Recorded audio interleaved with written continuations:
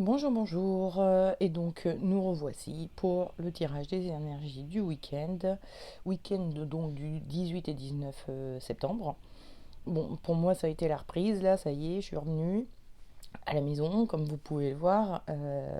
C'est un peu dur, hein, évidemment. Nous, on était au milieu de nos oliviers et sous le soleil depuis 3 semaines, donc là, c'est un peu dur le retour à la région parisienne. Enfin bon, bref, voilà, c'est la vie, hein. Mais sinon, ça va. Donc, je vais, comme d'habitude, vous présenter trois cartes du Dixit que j'ai tirées. Vous choisissez celle qui vous plaît le plus ou qui vous parle le plus. Et après, vous pourrez vous reporter au tirage des énergies de votre week-end en fonction de la carte que vous aurez choisie. Pour rappel, vous avez le timing dans la description de la vidéo sur YouTube pour trouver tout de suite où est votre tirage à vous par rapport à la carte que vous aurez choisie. Voilà. Donc, commençons par la première carte choisie. J'ai un petit chat en ce moment en pension à la maison qui arrête pas de faire des bêtises. Donc, la première carte que j'ai tirée, c'était celle-ci.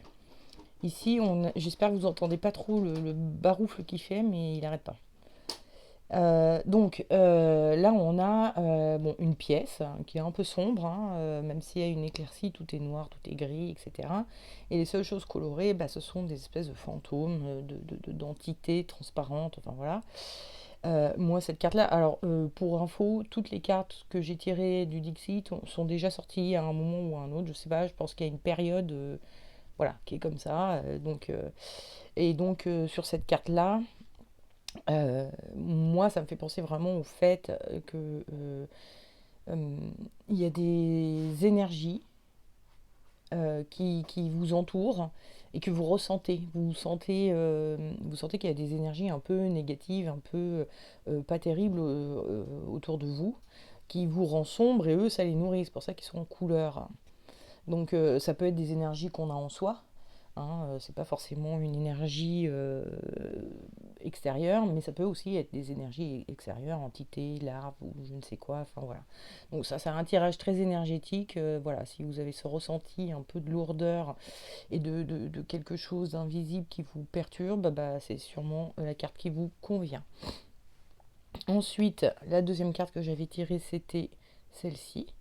Donc on voit des rouages, déjà pour commencer, à l'intérieur desquels il y a des personnages, enfin des visages de personnages, il y en a de tout âge, de toute forme, enfin voilà, de tout aussi, toute émotion différente. Il y en a qui sont plus ou moins rigolards, d'autres plus ou moins fâchés. Bref, cette carte, elle a vraiment quelque chose de très on est vraiment sur le principe de l'horloge où ce rouage-là va entraîner celui-là, celui-là, celui-là. Enfin bon, ça fait vraiment penser au fait que si vous voulez que la machine tourne, il faut que chacun assume son rôle, et notamment vous aussi, vous fassiez votre part à vous. Voilà. Et la dernière carte que j'ai déjà tirée plusieurs fois, c'est donc cette petite fille qui est en train de dormir. De sa bouche, pendant qu'elle dort, s'élève un petit oiseau qui est rattrapé par ce petit personnage qui les met en cage. Donc moi, enfin, je pense au fait de rêver et d'avoir des rêves qui sont bloqués, hein. Donc c'est vraiment le fait d'avoir des projets qui sont entravés, de sentir qu'on n'avance pas dans nos projets, dans nos rêves. Voilà. Voilà, voilà. Alors maintenant, passons au tirage des énergies du week-end de ceux qui auront choisi cette carte-ci. Donc vous vous sentez un peu alourdi par des énergies négatives. Et j'ai tiré la carte de la papesse en énergie du week-end. Donc là, vous avez passé votre week-end à vouloir vous protéger, hein. Il y a vraiment cette notion, elle a beaucoup, beaucoup, beaucoup d'habits. Elle a un voile autour de sa tête pour ne rien voir, ne rien entendre, ne pas être dérangée. Et elle a bon, même jusque les yeux, pas les yeux, les oreilles, etc., la tête, tout est caché et tout. On ne voit que son visage, même les mains sont gantées. On ne voit vraiment que son visage à ce personnage, donc elle est vraiment dans une attitude de protection et de casse le chat enfin voilà, de protection. Et ensuite, j'avais tiré en conseil la mort et en déconseil, il va faire des bêtises, il va tout faire tomber. Il monte sur les meubles, il renifle tout, il est casse-pied. Pardon, alors, donc, on conseille la mort et on déconseille la force. On a sur ces deux personnages-là vraiment des personnages qui sont en train de, ah oui, d'accord, excusez-moi, je suis perdue à cause du chat, hein. On a deux personnages. Alors, il y en a un qui est en train de travailler la terre, hein, voilà. Et là, on a un personnage qui est, on voit son pied, qui a 6 doigts de pied. Il y a vraiment cette notion d'être bien posé sur le sol, d'avoir un ancrage, en fait. C'est ça, c'est là où ça va vouloir en venir avec le conseil que va vous donner le tarot. Il va peut-être falloir travailler l'ancrage parce que si vous êtes bouffé par des énergies, qu'elles viennent de vous ou de l'extérieur, en fait, l'ancrage va déjà absorber tout ce qui est énergie négative. Et en plus, va vous donner la force, va renforcer votre immunité subtile, on va dire, pour que les énergies de l'extérieur vous attaquent pas non plus. Donc il y a vraiment un travail d'ancrage à faire. Et la différence entre ce personnage-là et ce personnage-là, c'est que ce personnage-là, il est en train d'agir assez mécaniquement. Hein. Il a un lion là dont il ouvre la gueule, je vous le dis un peu à chaque fois, mais et elle fait ça avec une facilité sans nom. On appelle ça la force, mais c'est pas une force comme ça, hein, c'est une force tranquille. C'est bon, moi je sais comment il faut faire, je sais comment manier le truc pour qu'il ouvre sa gueule sans que, enfin le truc le lion, sans que je me fasse du mal ni lui faire du mal à lui. Enfin bon bref, elle fait ça un peu de façon mécanique parce qu'elle connaît très bien le sujet. Donc si vous avez des habitudes d'ancrage ou je sais pas quoi et que vous faites ça un peu, voilà, ben, le faites pas comme vous le faites habituellement. Là, il va falloir être plus dans l'énergie de la mort. C'est-à-dire la mort, elle a les dents serrées, elle a quelque chose de, elle, elle fait les choses très en conscience.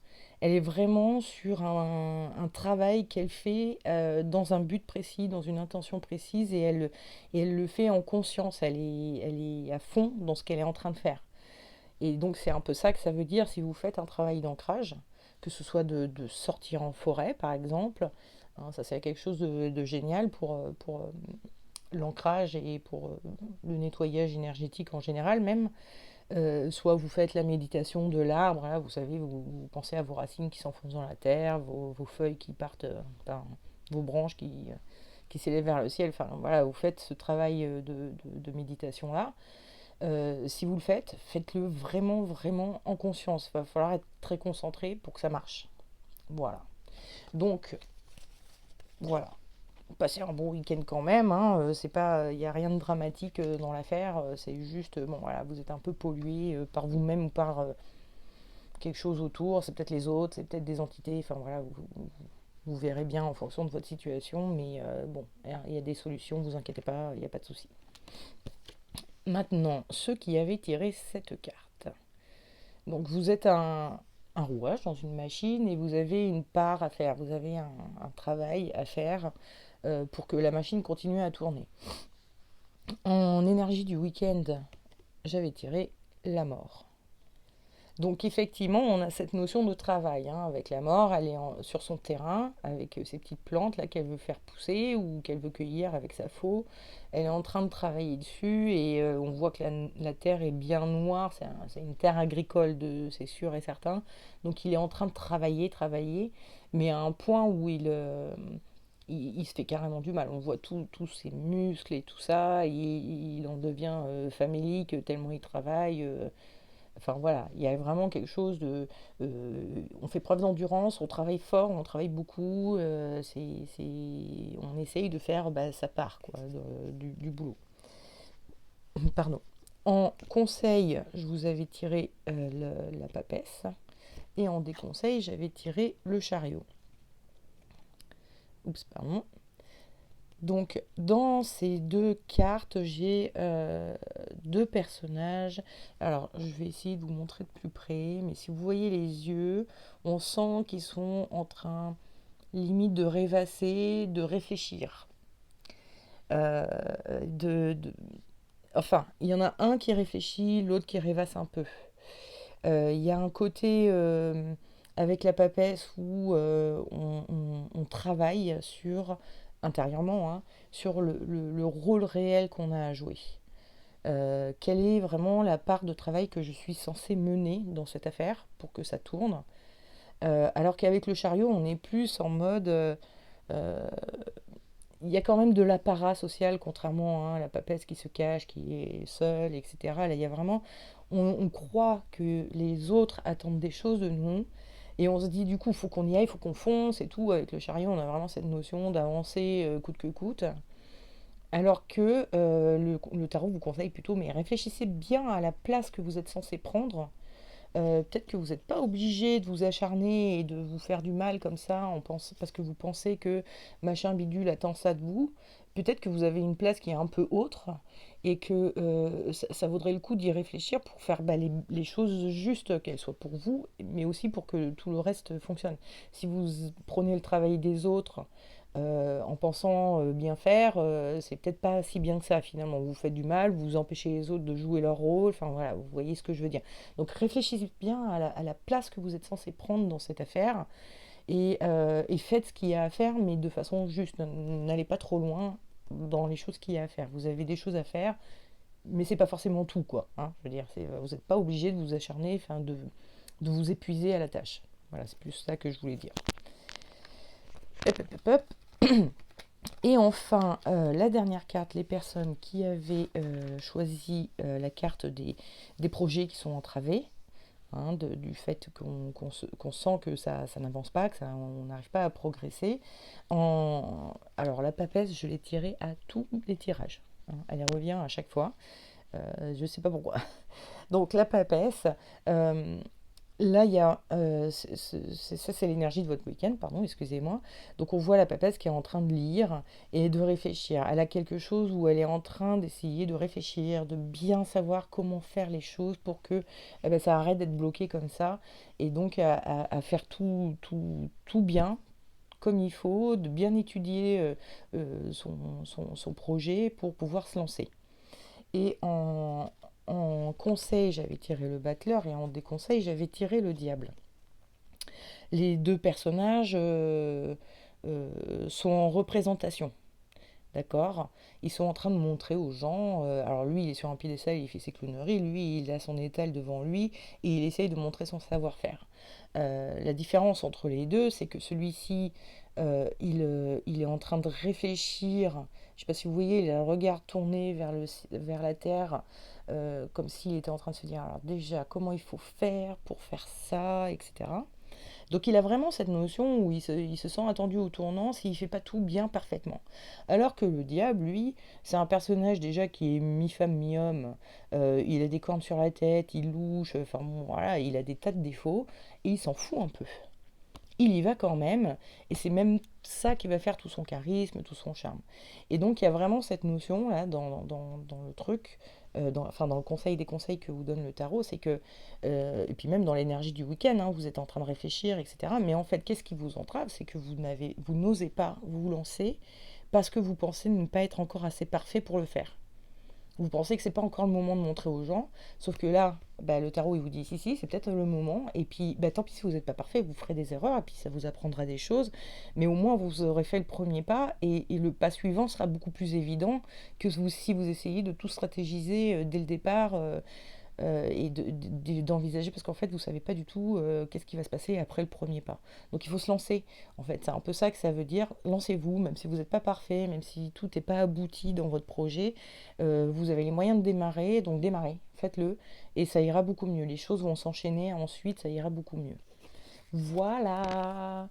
Donc, bah écoutez, j'espère que vous allez passer un très bon week-end et que voilà, vous êtes heureux et content dans la vie en cette période de rentrée qui est parfois un peu difficile.